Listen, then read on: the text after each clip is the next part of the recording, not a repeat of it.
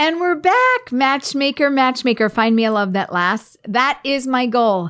Even if I just help you because you think about something that we said, or you learn a new technique, or you just do dating a little bit different, if you find your person because of something that we shared, I will feel so good. And you should message me. I'm excited today because I want you to meet my guest, Libby Amber Shayo. Her new, don't get mad at me. I just tripped over it. It's her new last name because she just got married. It's pretty new. So here's the story. This is how Libby and I met. Jewish Matchmaking came out May of 2023. Yeah. And you told me the night of the show. I literally made my husband sit and watch with me. Everything. Who was your fiance at the time? No, you were just dating. You were just dating. Boyfriend, girlfriend at the time. Okay. And then I get this message like, hey, Eliza, we love your show. Yep. You want to be on our podcast? Schmuck Boys, our podcast. Yes. And you said yes. I said yes. And I was like, I have to make this the most interesting podcast episode ever with my co-host Marla Friedson. And we did. And we had so much fun. And we had the best time. We got off and I was like, you're so great. This is so much fun. I was like, oh my gosh, I'm so flattered. And then you're like, if you're ever in New York City, if you never ever need anything, you let me know. And I was like, actually, yeah, I'm going to be in New York City. Tomorrow. Yeah, tomorrow. No, it was literally the next later. No, it was a week or two later. No joke. It was the next day. Something like that. And you were like, can you meet me at my hotel? I don't really know the city. I meet you at your hotel. It was like, I knew you for years. I'm like miking you up in the bathroom. Yeah. And I'm like, okay, so this is it. And that was the start of it was the Chabad event that we did in the city. The gala. Mm-hmm. Right. And I had to drop the whole thing for the, oh my gosh. And Jack was like, okay, so to break this down, you messaged the night of the show coming out. I was like, yes. She answered, yes. You recorded with her. Yep. And now you're meeting her tomorrow to help her get ready for a gala. I was like, yeah. That's kind of crazy how that all happened. Okay, so first of all, I am not a New York City girl. Not at all. But in the last 2 working years, I have spent more time in New York City, and I joke that it feels like a second home. I have my Edison hotel that I stay at. Mm-hmm. I shouldn't be telling you that because then you're going to come stalk me. She has her plug. but I stay there and it feels like I'm in the 1950s. Like they have like the bellboy with that. He even told me today, he's been working there for 47 years. The same guy, the guy that greets you at the front door that like is like, he's like, can I help you with your bags? And you're like, oh, yes. Like it's 2025. Like, no, don't touch my bag. I'll just take it. Like maybe you're going to steal it. He's like, no, let me carry it inside for you. They're so nice. So New York. Right. It's so New York. So I come to New York and I'm all a little bit shook up. It's a busy place. Like you land and there's traffic. For reference, I grew up here. Okay. Yeah. I love it here. This is home for me. Yeah. So I'm like, yeah, sure. I'll make New York home for you. Yeah. And I was like, no, you have to help me. Like, how do I get there? I just take an Uber. Okay. But where is it exactly? Well, go in here and then go up the stairs and down the stairs. And I was like, just meet me there. Meet me there. Don't make me do this alone. Yeah. Okay. So since that time, it's really actually been incredible because I've been back to New York probably every 3 months-ish to do something here in the city. Sometimes I'm at Stand Up New York. We've done a couple of shows there. Libby comes and she's like my back end social media manager day of. She's like with the light. It's Libby and the light. We have to do a thing about it. But she's got the phone with the light attached to the top and she follows around. She's like, okay, come next. Okay, great. Oh, good. Yes. She'll sign the book. Did you look at the book yet? Did you see her book? Did you read it? Sign the book. Oh, come take the photo. Okay, no. Head up, chin up, belly in. Okay. I'm like, time's up. Gotta go. She's next directing the whole thing. And all of a sudden, you were like, I don't know, you had a podcast, Schmuck Boys, and then you're like, oh no, I run singles events and I do singles parties and program. And I'm like, what do you do? Like, who are you? My favorite thing is like putting Eliza in another group chat that like furthers her career. Like every 5 seconds, I'm like, check WhatsApp. I put you in another chat. She's like, you have to meet this person. So why did you like fall in love with dating and how did you like, I don't know. You're single. You're young. You're in your 20s. Sure. You got a boyfriend. Like life is good. You're a content creator online. You do like all sorts of humorous stuff. Camp mom stuff. Yep. Cheryl Cohen. I met her mom. when she acts out her mom, she's literally her mom. I transform. No, but I like. No, I didn't just meet your embellish mom. a lot, though. I embellish. Of course you embellish. Of course. But like, I didn't just meet your mom, but like we see her mom walking on the street and she's like, I'm going like old time, rolling the window down. She's rolling the window down. She's like, Mom, I'm with Eliza. Yeah. She's like, oh my gosh, I didn't even like do my hair. I'm like, Mom, it's just so Eliza. Cute. She's like, okay, no. So you're like a content creator. Sure. So where does content creator meet dating? Sure. Like I now I love dating and I want to do some dating stuff. Yeah. Tell me that. So I graduated with a BFA in acting in my college bedroom from University of Buffalo. And I was really interested in talent management and casting, but also I still had a love for acting, but I was like, probably should make money from the business side of things. Like, I don't know, my Jewish mom's a little bit concerned. So let me focus on that. But I was really interested in it. And I loved being in the background and like picking the people. It seemed that every time I would watch TV shows, I was like, Ariana Grande, she's going to get famous for singing. Just watch. And then she did. And I was like, she's going to be back in the Broadway space. Predicted that when I was like 10. Miley Cyrus, I was like the first one to like in the friend group really love her. Justin Bieber, was watching him on YouTube and I was like, okay, maybe I have a knack for this whole like casting thing because these people are pretty big now. And I loved that so much. But then obviously graduating, I couldn't get a job because the world shut down and nobody expected that. So everyone kept telling me you have to get on this app, TikTok. I was like, I don't know. Seems like a lot of people dance on it. At the time, I was forced to take like social dance, musical theater, dance, ballet. Can't move. Cannot move. Have 2 left legs. I am a lot of things. I am not a dancer. Broke a lot of bones growing up. So they used to call me Limpy Walker, my old last name, because I broke like 20 bones. Whatever. So I know where my skills are and they were just not dancing. Libby, Limpy. Yeah. That's why you were hanging out with me at your wedding instead of dancing on the dance floor. Sure. Oh, now it all comes together. By the way, spoiler alert, I got to go to her wedding. I happened to be, I didn't just happen to be in town. I literally planned my tour around being able to fly out of New York and going to your wedding and literally going straight to the airport after that. It was so special. It was gorgeous. It was a beautiful, beautiful wedding. We'll get to the wedding. Okay, go ahead. Go. Keep going. But yeah, so I just started making videos in my room with no real agenda at mind. And then I organically got off the phone with my mom, who was telling me Purell was going to cost hundreds of dollars. I thought that was the funniest thing I've ever heard in my life. And she's freaking out about Passover. Wait, by the way, she wasn't wrong about Purell costing a lot of money. By the way, Jewish moms usually are not wrong. Right, kind of hate that. Kind of hate that. They're just exaggerated, but it sounds crazy at the time. Like, you have to get Purell. In college, I'm like, Mom, relax. I'm graduating. Like, whatever. And she's like, no, really? It's going to cost a lot of money. I'm like, yeah, okay. She was right. And so then I do like a whole like Jewish moms on Passover bit where I'm like, oh my God, would you believe we're not going to have Ann Cohen at the Seder? We're not going to have, like the whole thing. And that was the video TikTok decided to blow up. That hit a lot of people. And then TikTok on Passover reposted my video and tagged me in it on their Instagram story. So I was like over the moon. I was like, whoa, what is this? Maybe it's my sign. Keep going. And I remember at the time thinking, God, what am I going to do? I'm going to run out of content. I'm not going to be able to do Jewish mom Not with your forever. Jewish mom. Nope. Hasn't happened yet. It's been 5 years. Like, you still have content. No. I love it. But yeah, so that was the start of something and the start of something new. So wait, how many followers did you go from with nothing to? From nothing to now I have 55,700 followers. Wow. On TikTok. And once that first video, do you remember like when that blew up? How did that just jump? Felt like the most special feeling ever, and people were reaching out. And my goal at the time too was to show like Judaism is funny and you can relate to it even if you're not Jewish. Right. Like people are like, oh my gosh, my Italian mom is just like this, or like Aww. Jewish moms on the train.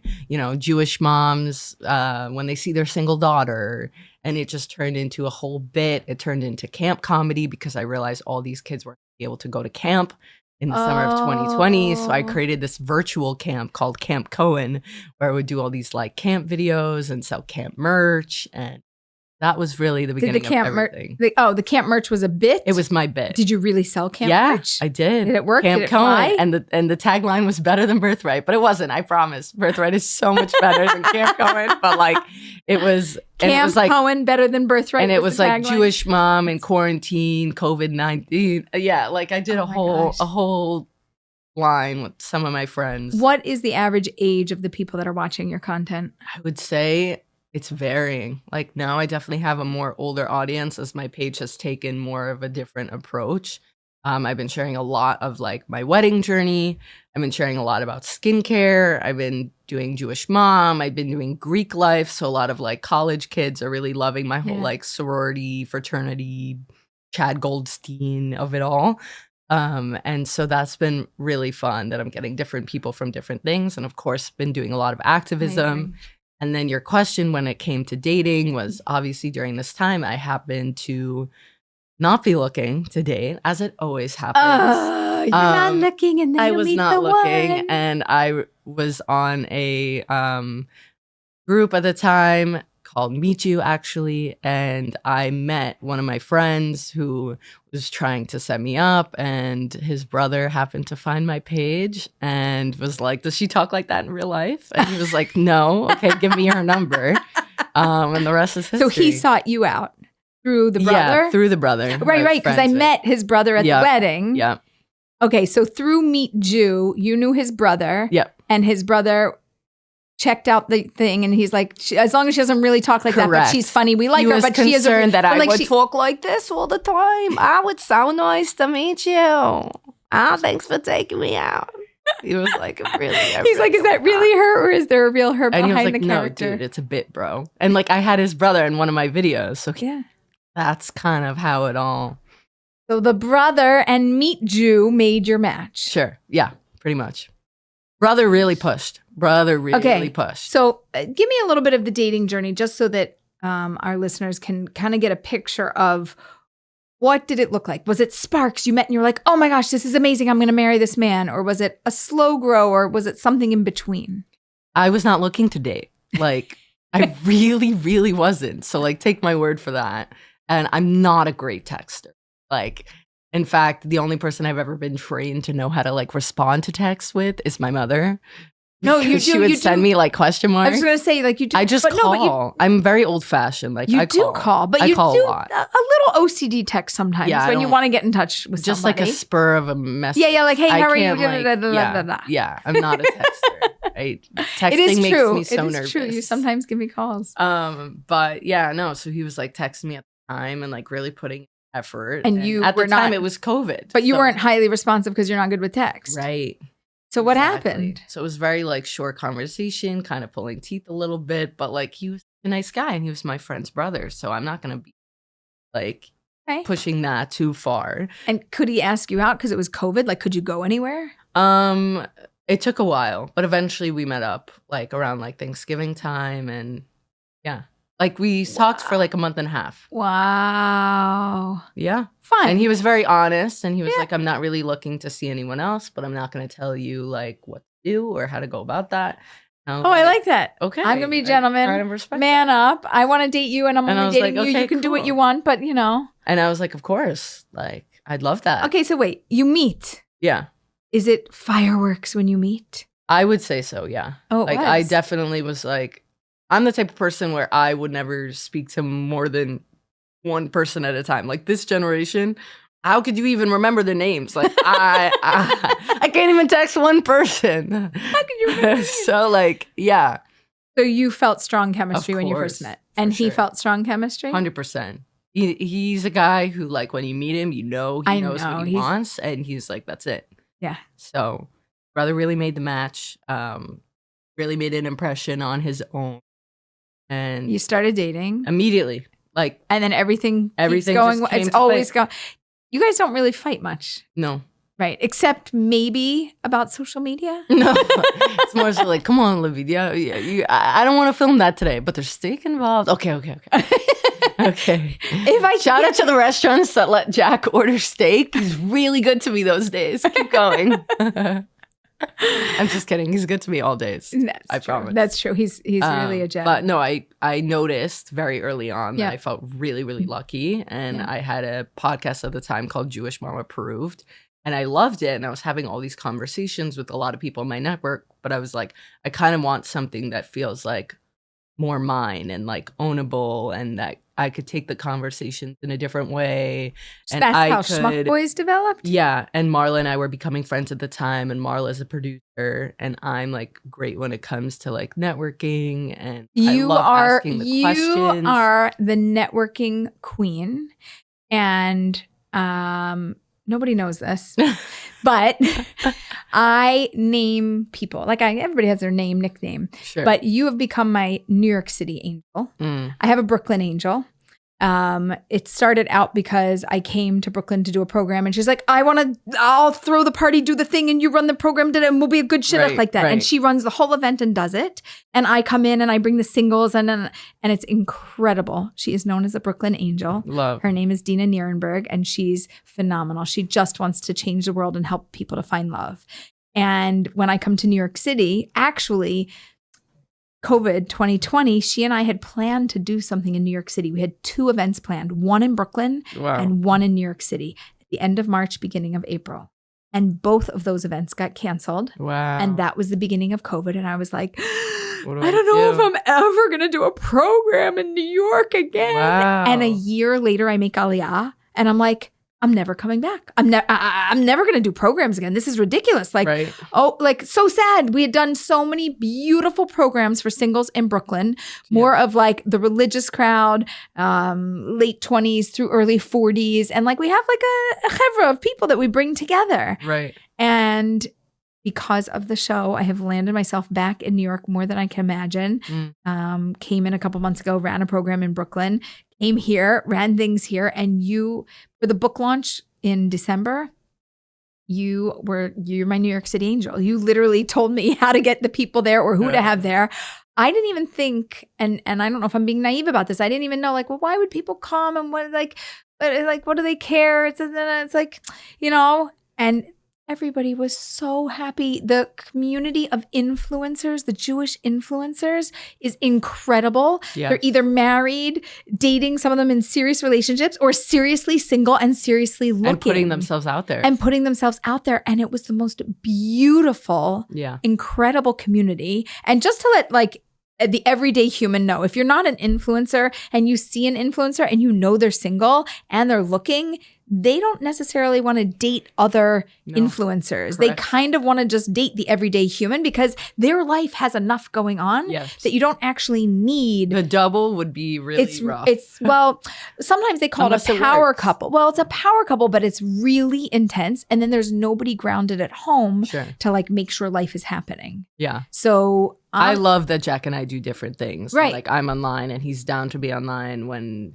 Just with you, like he's like your sidekick, like he's 100%. Like, he's my manager. He's like the ketchup on your schnitzel. Yeah, exactly. But I almost don't feel like schnitzel ketchup. Like that's a whole other thing. Okay, dating analogy. Yeah. So it's just been an incredible journey. So you go from single to now. You just got married 6 almost months ago. 5. Yeah. I'm rounding up. Close. Okay. And how's married life? Married life is great. Whenever anybody asks me, which has been hot in the last 5 months, I just say, I don't want to kill him yet. But no, really, he's great. Did you have your first fight yet? I mean, define fight. No, if you're saying that, you don't, you guys don't, you're not a couple. We're not like that, I would say. Like, we're very honest, and that's always been great, and over communicators too. Yeah, neither of those things are I think stubborn. Neither of you are really super stubborn. Mm-hmm. I think people that are a little more stubborn have a little more friction. Sure. I'm not speaking from matchmaker. Okay. Tell me after the recording. Yeah. Let me know what you've heard. But no, we've been very lucky. But it's not. I'm not going to say it's luck, though. I think it's personality. I think you're combining two personalities that mesh well without the need for friction to create energy in the relationship. Like there's enough energy in the relationship without having to create drama or tension. Like the only drama you really have is on social when you're like, your Jewish mother, doing your whole little shtick. Like that's where drama comes in. Not right now. No, he's like I said, super supportive, super easygoing. Yeah. I guess I would say I'm not lucky. I'm just happy that we both have similar personalities then. So that really helps. And it's been nice to kind of like be the mentor couple for a lot of our friends. And we're like really passionate about helping our friends. And okay, so we need all the advice. Yeah. So what are things that you're seeing in dating, whether it's dating trends or dating habits that aren't good or things that people should avoid or things that people miss out on and you're like, oh my gosh, why don't they know? Like, what do you wish people would know? I wish people would take a real dating burnout break because when they feel the burnout, you can tell. It's the same thing when you're like looking for a job and you're not sure like what you're looking for. You come off as like not there really. So like if you're there, you're not really giving something a real chance if you're like tired and not interested in moving the conversation. I hear a lot of like, you didn't really listen or ask me questions. Yeah. Or like vice versa. Like, I don't know, I wasn't down. Like I got the ick. Right. Oh, the and ick. That's so valid and that's a thing. Yeah. But like it also might stem from like, you've been going on too many dates this month. Not much. But like take that second for yourself is like really important. And I think that since there's so many ways to find someone now, it's kind of like, nah, I'll meet someone better. Like, or you feel like this feeling of like you're settling because something better might come along. And I don't think that's the best way to like look at things because then you're not giving it a real shot. You're just expecting something better. But what does that mean? Better how? Right.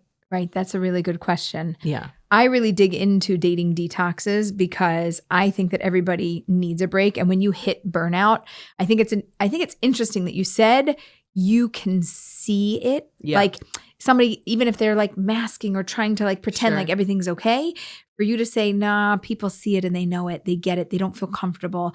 They don't like. They're closed off. They're closed off and they don't like the feeling they have when they're with you. So they know something's not working exactly right. And they might not know exactly what it is, but it doesn't feel good to them. Right. And so even if some people are like, I'm going to power through it, it'll be okay. Yeah. I'll just get to the end of it because I don't have any time to waste. And my answer is always, you're wasting time by not detoxing, by not taking a dating break. And you need to take a dating break. With that break comes the potential of, wow, something like a new me is showing up, which means I could meet somebody potentially of a higher caliber because instead of meeting somebody at my lowest level, I could meet them at an average or my best level. That's why they say timing. Timing's everything. Like you could meet the same person months later and be like, that could possibly be right headspace at that. Have you ever been a matchmaker for anybody else? Yes. I have. One of the couples married happily, which is great. 2 more. But, you know, I definitely try, but I'm very careful if I know the people. Like if I don't know the people, there's less risk involved, you know. But I think it's good to be a matchmaker for people you know, but it's also good to be like, okay, this really worth it. Like if it were to not work, like of course that's for them to decide. But people on the other side of the matchmaking who want to be matchmakers need to be comfortable. Doesn't work. And not make the matchmaker in the middle too. Like when you're doing it for work, it's totally different. When you're doing it for fun, or when you're doing sometimes it for maybe friends. You're more liable. Yeah. Right. Have you ever had anybody like lash back and be like, why would you think of them for me? No, but like I could see the fear. Right. You know? So I think like to get our generation to be more matchmakers as the people who are willing to be match made, you need to be more flexible. Like, okay, they did this nice thing for me. It didn't work. Moving on. Okay, so you just hit the Jewish matchmaking movement's mission. Yes. Which is, by the way, what is the Jewish matchmaking movement? Oh, I'm so glad you asked. So the Jewish matchmaking movement is our goal to guarantee the future of the Jewish people. Mm-hmm. We are very invested in building our community. And to me, that starts by bringing couples together. Sure. And you don't have to be a matchmaker. Anyone can make a match. Yep. Anyone can bring two people together. The same way you could recommend somebody for a job, you just made a match. Yeah. You recommend them for a house, you just made a match. You could do the same thing for love. And because of Jack's brother, even more so. Right. Like I want to. By imagine, the way, he's you don't know that you're setting up your brother with you're basically your future sister-in-law. setting up your future sister-in-law. Like you picked out your future sister-in-law. And you guys were friends. Yeah. Good friends. That's I incredible. literally spoke to Jack's mom before I was dating Jack. Right, through his brother. Because, Yeah. And ironically, her name is also Cheryl, and I play as Cheryl. Right. So the everything just lined up. I love it. But yeah, so my big goal, helping people, and also like with the Jewish influencer community that's been Yes. so amazing in New York. I started a group chat in 2020, the first OG Jewish influencers, Wow. and now there's like 250 of us in that chat because Wow. especially since October 7th, Right. there have been There's so many right, people a lot of in the influencers. space, and it's becoming less niche, which is so beautiful. right. Like I couldn't be happier. And so I'm very big on like bringing that community together. I do events with Chabad Upper East Side Yeah. for the Jewish influencers in New York because it's so important to like foster the community and Yeah. take care of the people who are sharing and willing to help too. Have you made any Jewish influencer matches yet? I've tried. Okay, I okay. think that the Jewish influencers, It's a different space, right? it's just a different space. Like Right. I am someone that was in a position where that was what got me to my beshert. Right. But I think for some people, they find it more difficult because maybe they come off as more intimidating or Some harder to approach Yes, some as the people have guy said or that. the girl. No, some people have said that. Like, you have a whole persona, you have a Sure. following. And they're like, how do I why fit would- into right, that? And why would you pay attention to little old me? And they feel very little when They have to be somebody else has such confident. a- They right. have to be really, really confident and not jealous. That's like Right. the biggest thing I'm hearing from this space. Okay. Like Confidence. Yep. No jealousy. None. You can date an influencer. What else? If you wanted to date, I mean, since you're like Sure. in the influencer world and Patience. okay. There's gonna be some quiet in your house because they're gonna have to 3, 2, 1, film. Like I would say that's big. And also for the influencer, they need to be able to like put that phone down and have a real conversation. Otherwise the hard. job is going to get into the way of the relationship.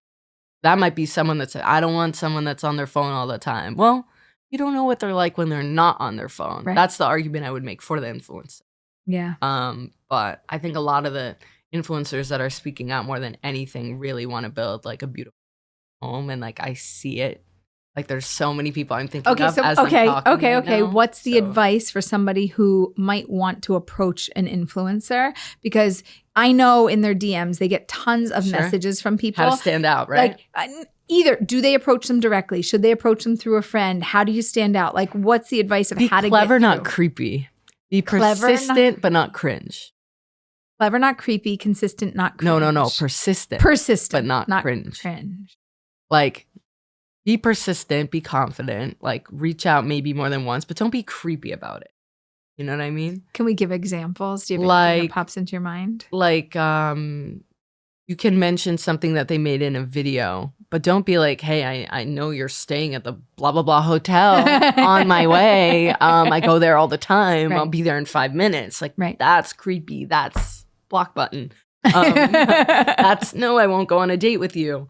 And also I do a lot of like single posts for people who aren't influencers where I say like, comment hi if you're Jewish and single. And actually we're going on dates from my comment section. From that whole thing? From my comment section. Ooh. So I'm kind of starting like an informal way to flirt through my comment section where I can facilitate Jewish comment love. flirting? Yeah.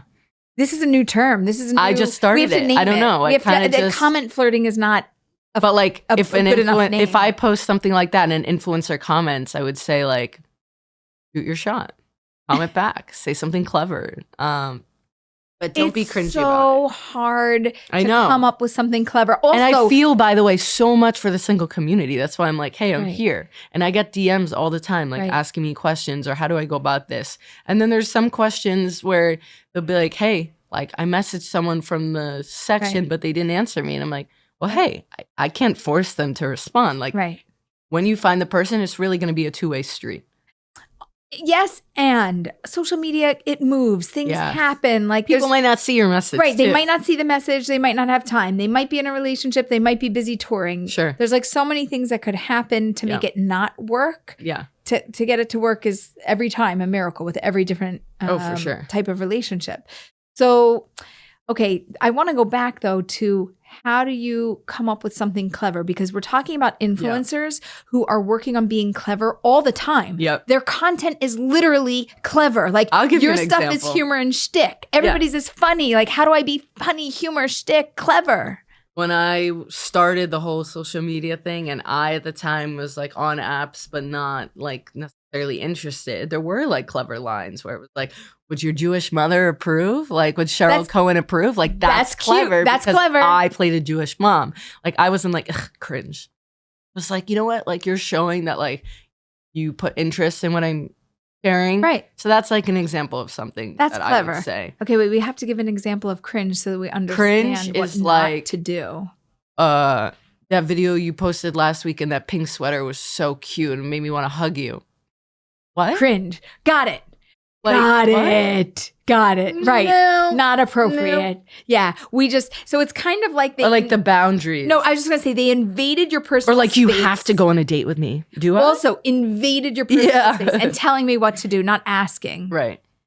It's always good to like leave something open. Like if you're ever near downtown when you're in New York, would love to grab a drink. I feel like that's too cash. I don't know. For me, or like I'd love to grab that a shows drink. Who, like something that doesn't hide that you know who they are if they are of right. I like something. That you mentioned something nuanced and something detailed and something specific. Yeah, but not so specific that it makes me want to hug you. Sure. Or like, you know, this might be the first time my Jewish mom would approve. ...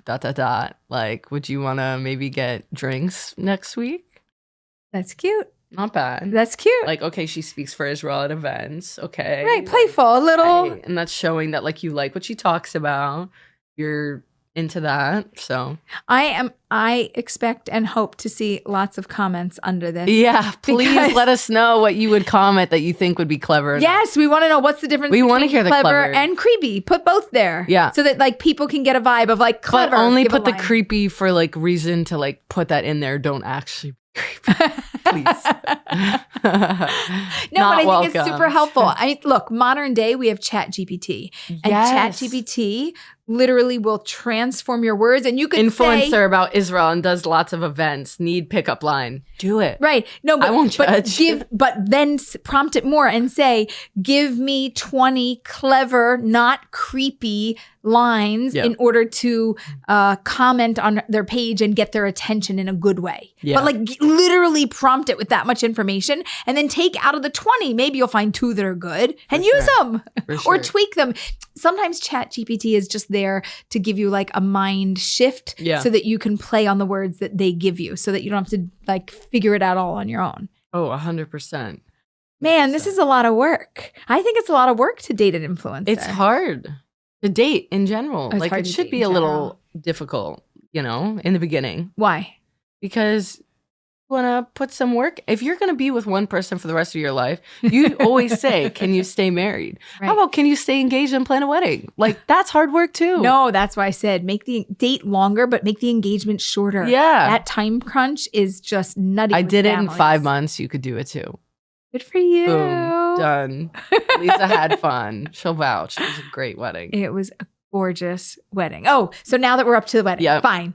So I'm on the way to the wedding and it's New York and there's traffic out the wazoo. I don't even know where I landed in these like triangle roads and I'm like turning on one to get off the other to get, and it loops you back to the one. She's like, I needed Libby to help me figure out where to go, but she's literally getting married. And I'm like, I'm coming. Did you go down the aisle yet? And she's like, no, we're still at the Kabbalat Panim, right? Everyone's taking my phone away while I'm like making TikToks. I'm like, no, I'm a content creator. I still want this. Like this is therapeutic for me. Yeah. You know? So I drop my car to the valet and I sprint inside and lined up in the hallway to go to the hall is the bride and the bridesmaids and the parents. Everybody's lined up in the hall. And I was like, kind of perfect. Right? And I walk in and I'm like, Libby, and she's like, no, I can't cry. And I'm like, don't cry, but I love you. Give me a hug. I'm going to find my seat. Hate crying in public. I know. So I found you, gave you a hug. Yes. Met your dad. And of course your mom and all the friends. And then I like ran in and literally a minute later, there she comes. Here comes the bride. Okay, Jack walked down the aisle first. Yeah, of course. It was a beautiful wedding. The hall was gorgeous. Mom killed it. What was the hall? Woodmere Country Club. Okay, the Woodmere Country Club. And it was just beautiful. The rabbi under the chuppah spoke beautifully about the two of you. Yeah. I feel like you have people there that just know you guys and love you, and you are both so beloved. It was just a joy to see. And I like put my bag at my seat, and then I went to the back of the hall, and picture this. I'm standing at the back of the hall behind the last row of seats, and Libby and Jack are there under the chuppah, and I'm like filming, and Libby's like, Jack, it's I literally was like, Ketubah.com. Like I was just such a clown that whole day. It was cute. Yeah, you called everything out. Right. You got your Ketubah from Ketubah.com. I made it very clear. I was funny. like, I know everyone's going to ask me about it later anyway. Right. So. But literally during the ceremony, you spoke about it. It was just beautiful. And I'm so happy also to see a young couple. To see a couple in their 20s finding We're each both other. 26, by the way. Yeah. For anyone asking. Yeah. And to see a young couple meeting at a young age, dating long enough that you know. Seriously. And dating seriously. And you were young and you weren't expecting to meet somebody. So you dated for a longer time, getting engaged, getting married, and being 26 and married. By the way, 3 years is a great amount of time. Like, I know, of course, in the not in Elise's world, but yes, totally. But like for anyone that is thinking about timing too, who also met someone in their 20s and maybe is more like modern, I think you really learn a lot about someone in 6 months, in a year, 2 years, 3 years. I really think like Yahoo, like that's when you really. It's like you're already married, but we can agree to disagree because I love you no matter what. Right. No, when she met Jack, she was like, "So, what are your intentions with my friend?" I know. I was like, "This has been too long already." I have to like you. I already like her. I have. No, but I give you 6 months to a year to like know that this is your person, and you're already invested for like modern dating. I'm speaking in modern dating. I get modern dating, but I still don't agree with it. I totally don't agree with it. She's like shaking these couples up. What are you doing? Anyway, I love you so much. I thank you for being here. You should continue to have tremendous success in your marriage, in everything you do to inspire people online. Thank you. With your Schmuck Boys podcast. And comment so you can maybe find your person in my comment section. Yes. Too. And you should follow her. Libby Amber Shayo on everything. On TikTok, on Instagram, on YouTube. I will be all up in there. We'll put it all in the show notes. Yeah. And I want to thank all of our listeners for joining us. Thank you, guys. Invite you to follow us on social media at Eliza Ben Shalom. Follow Libby Amber Shayo. It was Walker. Okay. I know. Okay. In case anyone's confused. I still have to rewrite my brain. Grab a copy of Matchmaker. Find me a love that lasts, because we want to help you find a love that lasts. Really and try dating differently. And if you don't know what to do, find us on our website. Reach out. Follow us on social. We have tons of content. And all I do is eat, breathe, and sleep dating. And live with my family. And when I'm not in New York. Send us your best lines. We want your best pickup lines. We want your best pick. The worst and the best. The best and the worst and the cringe and the easy. Yeah. All and the cool ones too. Yep. Okay. See you next time. Bye.